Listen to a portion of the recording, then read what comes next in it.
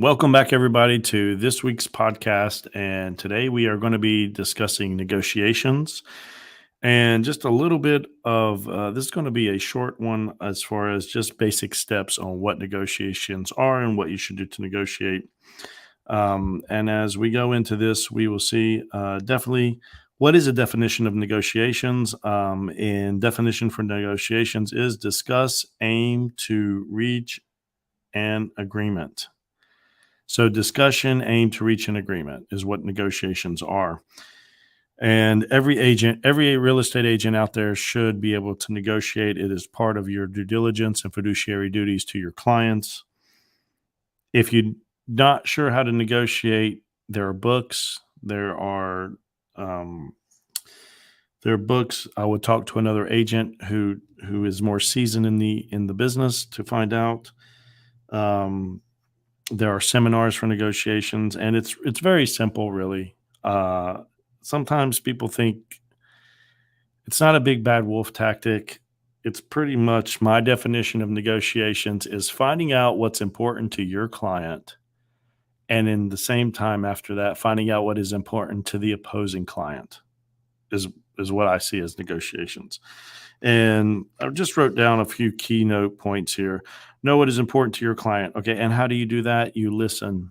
Ask your client what is important to them, whether you're on the buying side or on the listing side. Find out what's important to them. Finding out what is important to the opposing party. I hope every one of you out there that are writing offers representing your buyers, I hope you are calling the listing agent and asking them what is important to the sellers in an offer. This is one reason. This you're always negotiating. Just remember that. So finding out what is important to the opposing party and then bringing that gap together for a win-win situation. Beating up the other agent, I just don't think that's very wise. Your name and reputation is very important. Obviously, you're going to defend your clients and you're going to stand by them. And I think everyone should, absolutely. And you want people to work with you, and so you're going to want to satisfy your clients and also satisfy those who are on the other side. How do you achieve this? Asking questions and then listen damn good and write notes. What is important to you? I'll give you an example. You have a house, you're representing the buyers, and the buyer sees that the AC unit is 30 years old, the hot water heater is 30 years old, the roof is 40 years old, and what's important to the buyer is getting that roof fixed. So write that down. Call the opposing agent. Say, hey, I'm not sure how much you're willing to flex here. I know I'm talking out of a little bit different, but I'm not sure how much you're willing to flex here. Thank you, Amelia, for the shout out there. However, what's very important to my clients is the roof, and then present the facts.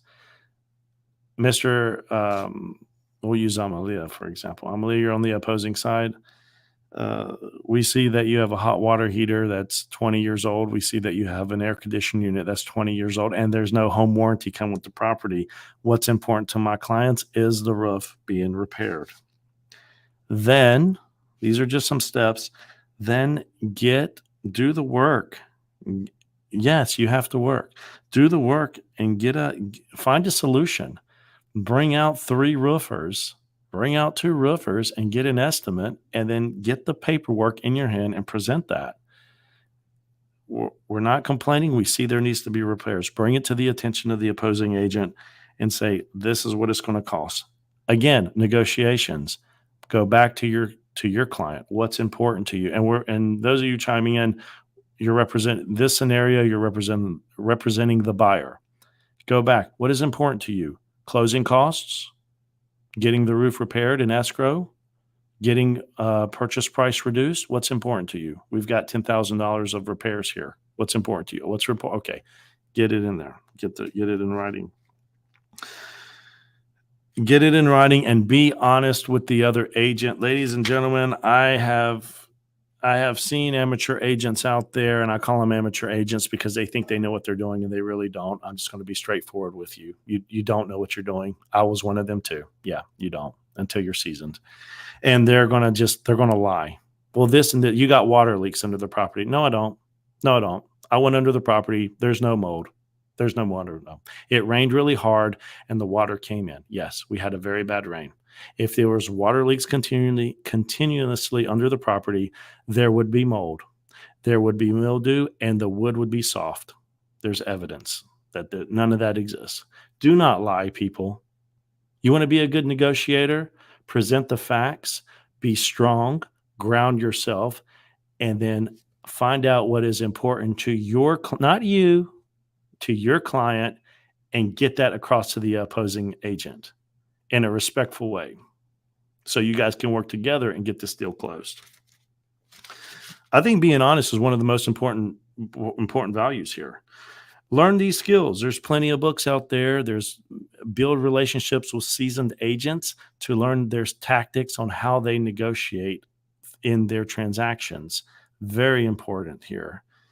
You need a team. No one survives alone, right? We need to build a team, and building a team is part of this. What are we willing to? Okay, so there's 2 questions that I highly recommend asking when you're in negotiations and you're a real estate agent. There's 2 questions you need to ask the opposing agent. What are we willing to do? How are we going to get there? We have a problem with the roof. What are we going to do? And how are we going to get this resolved? We have to work together on this. Not, well, you guys have to fix this roof. It's a material fact now. We're not looking at the problem. Do not look at the problem, ladies and gentlemen. Look at the solution. Look for the solution. Therefore, you can get to the solution. We know the problem. They know the problem. The sellers probably knew this before they listed the property. Yeah, no representation. We're clicking no representation. Damn it, you're going to find it. Okay. If you got a good buyer's agent, you're going to do your inspections. And if they're seasoned, when they pull up, they're going to look at the roof and they're going to take a walk around the property. It builds rapport with the agents too. You're absolutely right, Emilia. It does build rapport with the agents. And they're like, this person knows what they're doing. And you know what? You made a good point, Emilia. You know why? Because if you build that rapport with the agent, when the opposing agent gets sick and they have a client that they know they need someone to take care of them, give them due diligence, fiduciary duties, and be honest with them, they're going to pick you and they're going to give you the referral. It's happened to me, and I'm sure it's happened to a lot of you seasoned agents. Win-win or no deal. That is correct. Mr. Gary Keller, founder of Keller Williams, is a big believer in win-win or no deal, and I think that's how it should be. It's either we're both going to win or it's not going to work out at all. Another good negotiation tools for Plan B. Plan A is to actually get the repairs done and work together with the agent. Plan B, and I've done Plan B multiple times. Plan B is know your contracts, know your laws, know your regulations as an agent, because there's going to be that agent who's going to do the as is. Every house is as is, though. North Carolina, every house is as is. Yeah. There's going to be that one agent that's just going to be, oh, sorry, can't do anything about it. Hee. Right? And they're working with the investor. Know your contracts. There are ways you can twist the arm. There are ways you can get due diligence back. There are ways that you can get the seller to get things done. Learn the contracts, ladies and gentlemen. Read them. There are loopholes. Listen to BICs when they speak. Your office should have a BIC up at least once a month. Go to the BIC up and learn what's going on. Get the book. Get the real estate book of the laws and read it. And to end up this closing podcast, hold on, let me do always negotiations. You're always negotiating. That's the last topic I want to talk about. You're always in negotiations as an agent. You're always going to be negotiating. Whether you're going on a listing appointment, they're going to try to negotiate you down on the price. Know your worth, know your value, know what you bring to the table. We had an agent say 4%. You're going to drop your commission to 4%? Are you really going to drop your commission of 4%? Jennifer, I got a big blank. I'm not sure what your question was or statement was for this podcast. So if you will just rewrite it and I'll post it. You're really going to drop your commission for 4% because another agent said they will? Okay, if you know your worth, you might. I know I won't. You can go find that other agent and it can sit on the market for 120 days. My goal is to get properties sold and I'm going to charge full percent. I'm going to charge my cost and I'm going to get it sold. I will occasionally make special accommodations for certain situations for people. Yes. And the way to end the podcast here, you don't get what is fair in life, you get what you negotiate. And I really believe that. You don't get what's fair in life. It's not fair. It's never fair. Life is not fair. You get what you negotiate. And with that said, learn negotiation skills, get out there in the workforce and conquer them, ladies and gentlemen. So, and oh yeah, I'm going back to this.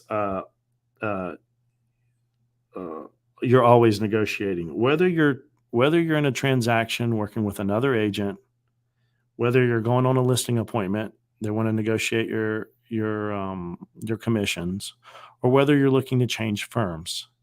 Sit down and see what the firm will offer you. They're going to negotiate. They're going to fight for you to take your money.